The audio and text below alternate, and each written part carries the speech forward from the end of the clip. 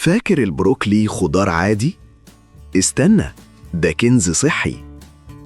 البروكلي أصله من البحر المتوسط واتزرع في أوروبا وبعدها العالم كله. غني بفيتامين سي وكي وحزمة معادن مهمة للجسم. بيعزز المناعة ويساعد الجسم يقاوم التعب.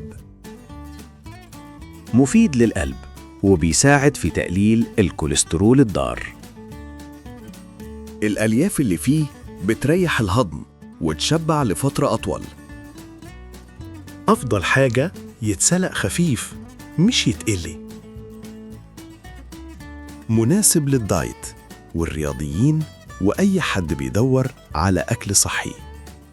كل ما كان لونه أخضر غامق يبقى فايدته أعلى. خضار بسيط بس تأثيره كبير. فايدة هب، فايدة بسيطة بس تأثيرها كبير.